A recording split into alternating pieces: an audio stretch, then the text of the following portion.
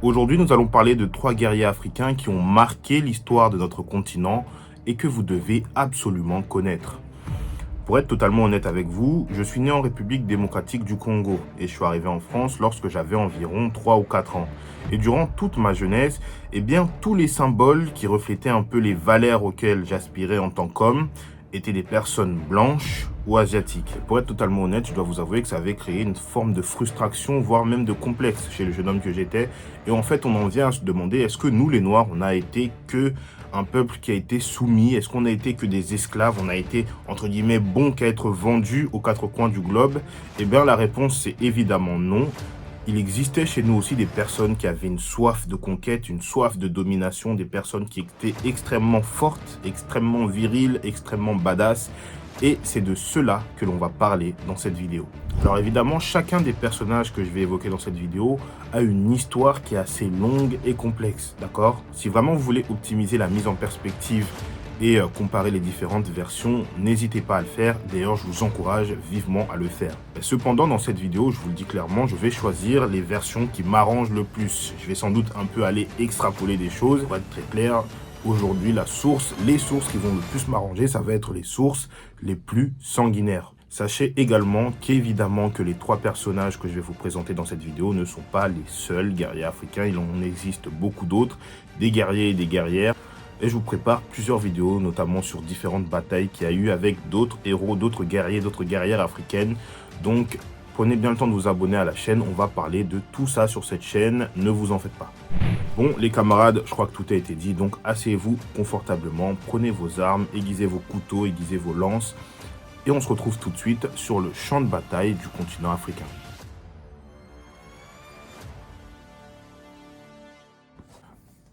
Numéro 3. Nimi à Lukeni. Alors on commence très fort les gars, et là je vous promets que je vais essayer d'être impartial, mais ça va être extrêmement compliqué.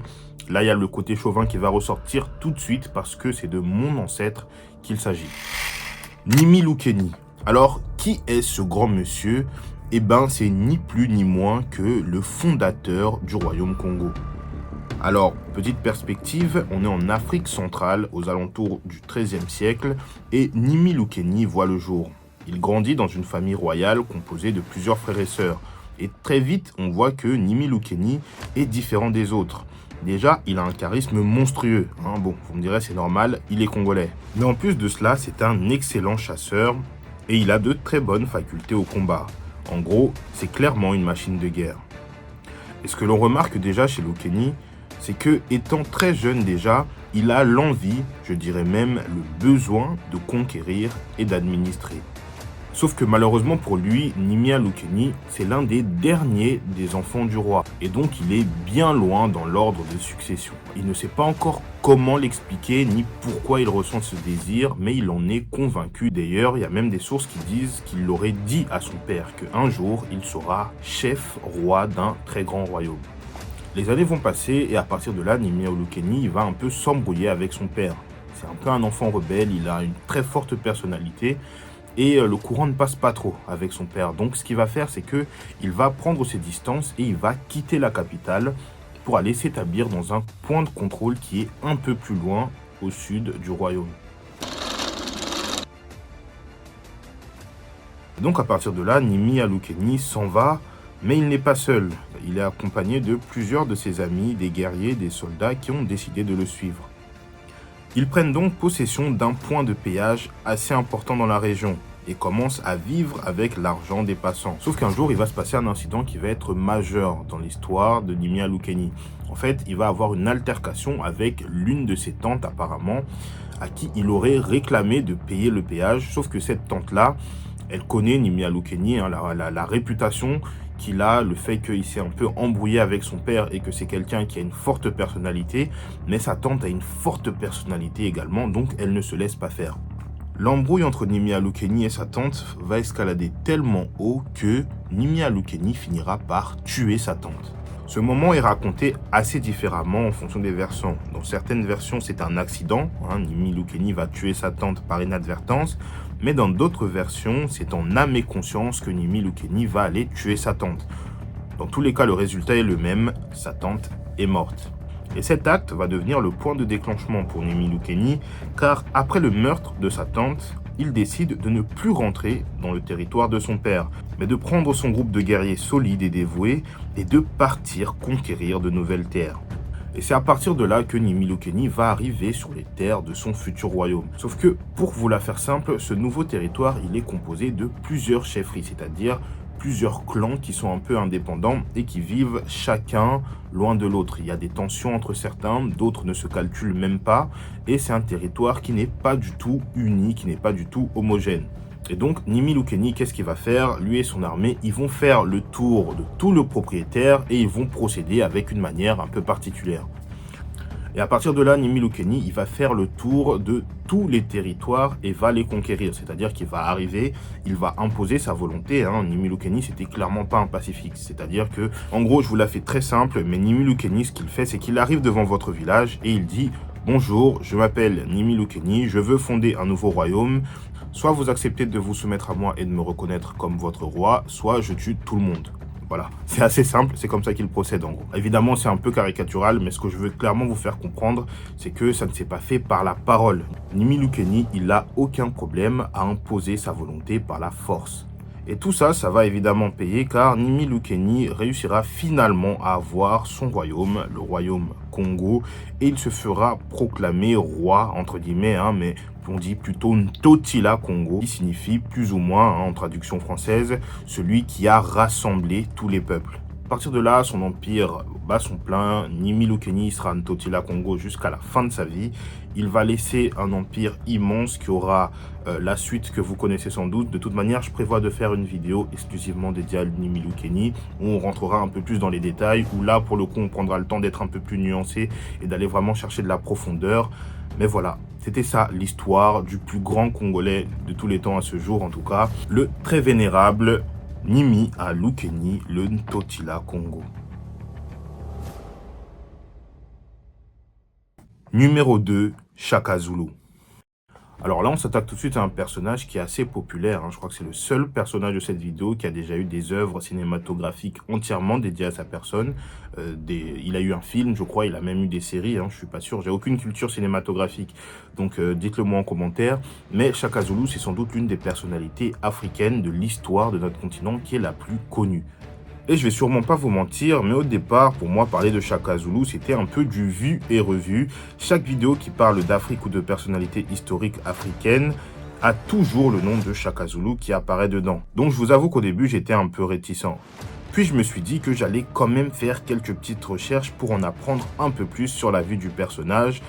Et je suis tombé sur des trucs qui sont franchement intéressants. Alors pour le cas Shaka Zulu, ce que j'ai prévu de faire, c'est aussi de vous faire une vidéo en deux parties. C'est-à-dire qu'aujourd'hui, dans cette vidéo, je vous raconte un peu l'histoire de Shaka Zulu, les grandes lignes de son histoire. Mais d'ici la fin du mois, c'est-à-dire que d'ici fin janvier, je compte vous publier une vidéo où je parlerai exclusivement de Shaka Zulu, où on rentrera un peu dans les détails et vous allez voir qu'il y a des parties de Shaka Zulu qui sont publiques mais que vous ne connaissez sûrement pas. Ça va être très intéressant. Donc n'hésitez pas à vous abonner à cette chaîne. Donc, Monsieur Shaka Zulu, on va aller à l'essentiel. Le jeune Shaka Zulu est issu d'une union illégitime entre sa mère et le prince du clan Zulu. Et très vite, Shaka Zulu et sa mère sont rejetés par tout le monde parce qu'elle a un enfant hors mariage et lui parce que c'est un peu un enfant bâtard. Donc, de fil en aiguille, le jeune Shaka et sa maman vont finir par fuir le clan Zulu car la mère de Shaka Zulu avait très peur pour sa vie ainsi que celle de son fils. Ils s'en iront donc trouver refuge dans une tribu voisine. Les années vont passer et Shaka Zulu va devenir un guerrier hors pair. Il a des facultés incroyables qui font de lui un personnage de haut rang dans la nouvelle tribu où il vit avec sa mère. Et les nouveaux exploits de Shaka Zulu, ainsi que son nouveau statut, arrivent même jusqu'aux oreilles de son père, qui entre-temps est devenu le roi du clan Zulu. Sauf que le père de Shaka Zulu, il entend que son fils, qu'il a rejeté, entre guillemets, est en train de devenir un guerrier incroyable, mais que tout cela ne bénéficie pas au clan Zulu, vu qu'il est dans une autre tribu. Et de là, il va demander à Shaka Zulu et sa mère de revenir dans le clan afin de le servir dans l'armée.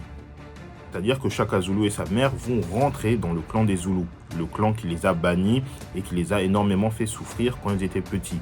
Et d'ailleurs, dès son retour au clan Zoulou, Shaka Zulu va aller voir son père et va lui dire que même s'il a accepté de revenir, qu'il n'oublie pas tout ce que le clan lui a fait subir, à lui ainsi qu'à sa mère. Donc Shaka Zulu est de retour au clan et il sert désormais dans l'armée en tant que guerrier. Puis un jour, son père va mourir et le poste du roi des Zoulous va rester vacant. À partir de là, Shaka Zulu va tuer son beau-frère qui était le successeur légitime et va récupérer les pleins pouvoirs au sein du clan Zoulou.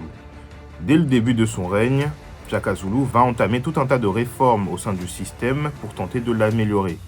De plus, on dit de Shaka Zulu que c'est un roi extrêmement curieux et qu'il fait régulièrement le tour de son territoire à pied pour explorer, découvrir et connaître à la perfection tous les aspects de son royaume.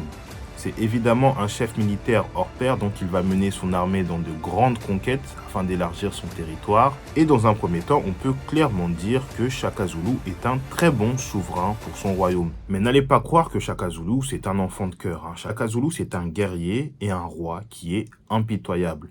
Aussi bien avec ses ennemis qu'avec son propre peuple, il n'hésite pas à mettre fin à la vie des personnes qui osent défier son autorité, voire même plus.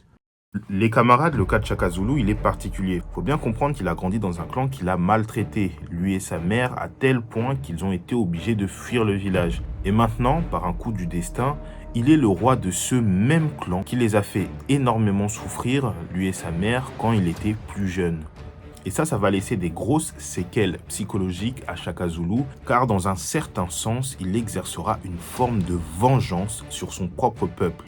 Mais ça, comme je vous l'ai dit, je vous le garde pour une prochaine vidéo, donc abonnez-vous pour ne pas la rater. En réalité, Shaka Zulu, il va marquer son époque par son ingéniosité, mais aussi par sa brutalité, sa violence au combat. Alors évidemment, il va aussi conquérir un territoire immense, à titre de comparaison. Avant Shaka Zulu, le territoire c'est ça, et après Shaka Zulu, le territoire c'est ça. Donc voilà, il n'a pas chômé du tout le bonhomme, il a vraiment bossé. Et donc sans aucun doute, toutes ces choses vont lui procurer une renommée qui va lui survivre et qui ira même à travers les siècles jusqu'à faire de lui le personnage mythique de l'histoire africaine que l'on connaît aujourd'hui.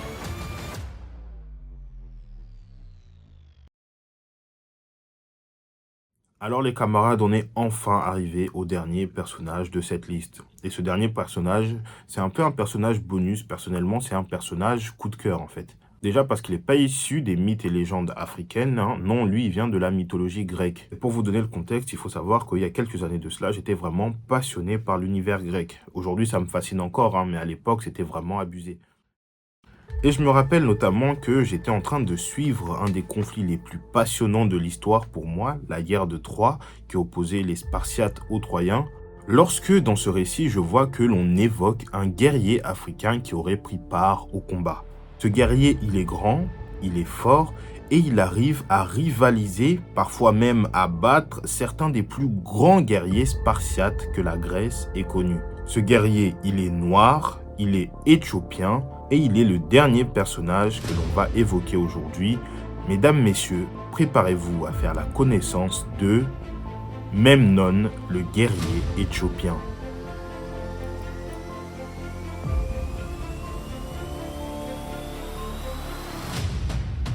Alors, Memnon, l'Éthiopien, on ne connaît pas vraiment son histoire. D'ailleurs, en fonction des versions, ça varie énormément. Ceux qui connaissent la mythologie grecque le savent. Un coup, il est le fils d'un tel, un coup, il est le fils d'un tel. Mais voilà les choses principales qu'il faut retenir sur ce bonhomme. Memnon serait né de l'union de Titon et de Éos, la déesse de l'aurore. Memnon est donc un demi-dieu. On ne connaît pas grand-chose de sa vie ou de sa jeunesse en particulier. Ce que l'on sait en revanche, c'est qu'il est africain, il est noir, et qu'il vient d'un territoire qui est au sud de l'Égypte, que les Grecs nomment l'Éthiopie. Pas exactement l'Éthiopie actuelle, mais ça se situe à peu près dans la même sphère géographique. Mais si vous voulez, aujourd'hui, tout ça, c'est pas vraiment le plus important. Le plus important, c'est que entre le 11e et le 14e siècle, on ne sait pas vraiment, il y a ce qu'on appelle la guerre de Troie. La guerre de Troie, c'est un de mes conflits préférés. C'est une guerre qui a duré une dizaine d'années. Et c'est ça qui nous intéresse précisément aujourd'hui. On va pas rentrer dans les détails parce que c'est pas le but de la vidéo. Mais la guerre de Troie, c'est vraiment l'une de mes guerres préférées. Franchement, si vous aimez les aventures testostéronées, je vous conseille vraiment de vous y plonger parce que c'est vraiment un délire. Mais en gros, pour le contexte, la guerre de Troie, elle oppose les Troyens et les Spartiates. Il faut comprendre que cette guerre, elle divise vraiment tout le monde grec, aussi bien les habitants que les divinités. Ainsi, deux groupes de divinités se sont formés. Certains dieux défendent les Troyens et d'autres dieux défendent les Spartiates. Et c'est dans ce contexte-là que Memnon, notre guerrier, va décider d'intervenir dans ce conflit.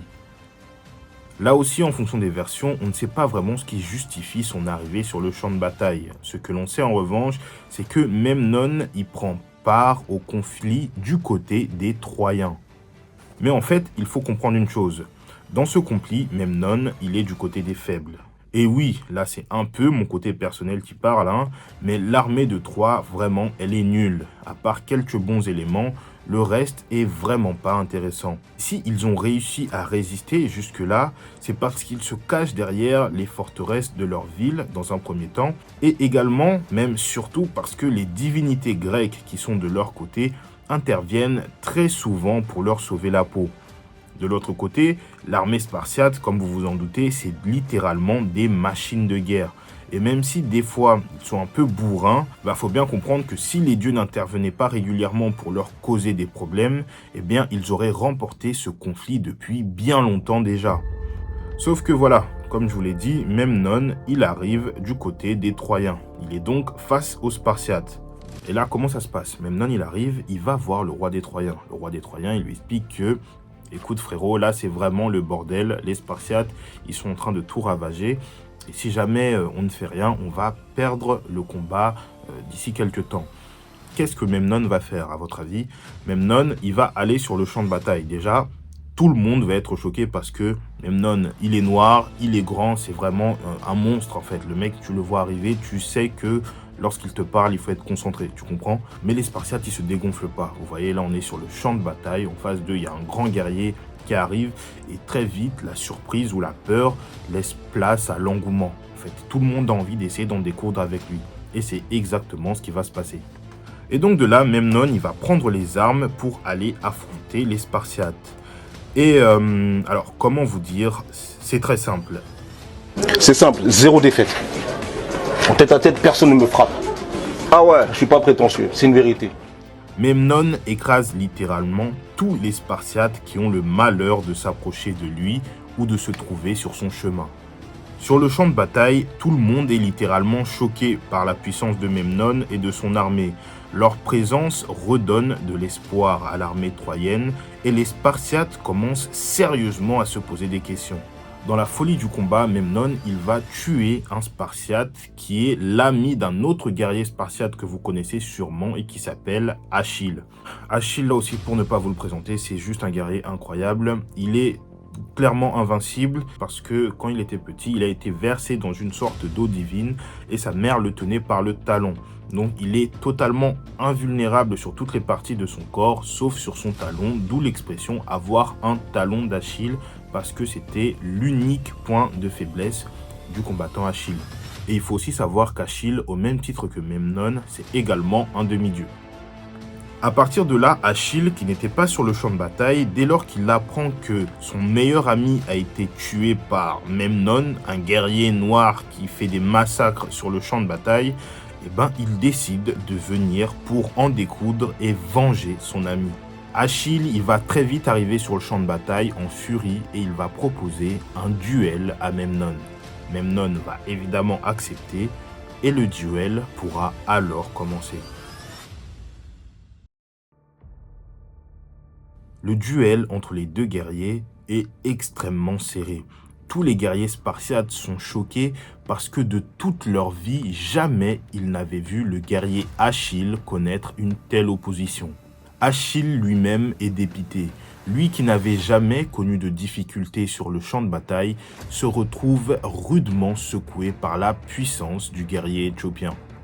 La surprise générale s'installe sur le champ de bataille lorsque tout le monde commence à constater que Memnon prend l'avantage sur Achille. Le duel est tellement intense que tout le champ de bataille s'est arrêté. Tout le monde observe les deux hommes se combattre.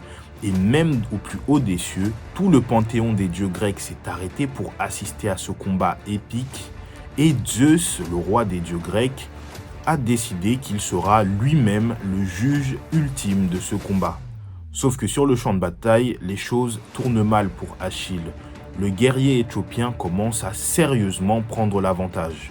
Et à ce moment-là, c'est Zeus lui-même, le roi des dieux du panthéon grec, qui décide d'intervenir afin de favoriser Achille et de l'aider à gagner ce combat.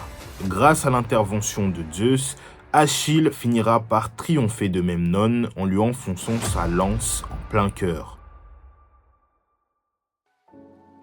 À la mort de Memnon, Achille reconnaîtra que de toute sa vie, jamais il n'avait affronté un guerrier aussi puissant que lui. Et une fois mort, le cadavre de Memnon sera récupéré par une divinité grecque qui n'est nulle autre que la mère de Memnon, l'Aurore. Elle obtiendra de Zeus que le combattant éthiopien soit immortalisé par un rite funéraire étrange où des oiseaux doivent se battre sur sa tombe afin de le rendre immortel. Zeus, le roi des dieux, lui-même mettra tout en œuvre pour que jamais on oublie l'histoire du guerrier éthiopien qui, quasiment à lui seul, aurait pu changer l'issue de l'une des guerres les plus importantes de l'histoire de l'humanité. Merci à tous d'avoir regardé cette vidéo, j'espère qu'elle vous a plu. N'hésitez pas à me faire vos retours en commentaire. N'hésitez pas à vous abonner, comme je vous l'ai dit, il y a plusieurs contenus comme celui-ci qui arrivent, des contenus où on prendra un peu plus le temps d'entrer en profondeur sur le cas de certains personnages et où on prendra le temps de parler d'Afrique, justement, du continent africain. On fera peut-être des fois des quiz, culture générale. On mettra tout en œuvre, en tout cas, pour mettre un peu plus de lumière sur notre continent, sur l'histoire, sur la culture générale, la géographie. On fera des quiz, il y a tout un tas de concepts intéressants qu'on mettra en œuvre. En tout cas, s'il y a une chose que vous devez retenir dans cette vidéo, c'est que l'histoire de l'Afrique, elle est belle, elle est grande, elle est complexe et en aucun cas, il faut avoir honte de nos héros, de nos guerriers. Je sais qu'il y a certaines personnes qui ont un peu des réticences lorsqu'on leur dit qu'on a tel guerrier qui a commis des meurtres, etc. Les gars, il faut passer cette mentalité, d'accord? C'est l'histoire de l'humanité, les guerres, les gagnants, les perdants, la vie, la mort, tout ça, ça fait partie du cycle de la vie. Et au final, si tous les autres peuples sont extrêmement fiers de leurs guerriers, de leurs conquérants, il n'est absolument pas question que nous, les Africains, on ait honte de tout ça. Donc, soyez fiers de vos origines, soyez fiers de vos héros, de vos guerriers. Et n'oubliez pas de faire votre maximum, toutes et tous, pour qu'on puisse donner un maximum de grandeur durant notre époque à notre magnifique continent. Merci à vous d'avoir regardé cette vidéo. Et moi, je vous dis à très bientôt.